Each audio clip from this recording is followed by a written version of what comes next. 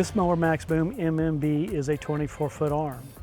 It has a 48-inch saw blade attached to the end of it. It also has a trunnion mount, so we can bring the arm all the way up to the front of the machine, rotate that head 90 degrees, and we can be parallel to our line of travel.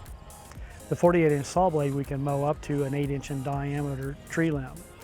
The other thing nice about it is you'll notice that there's 270 degrees of the blade exposed.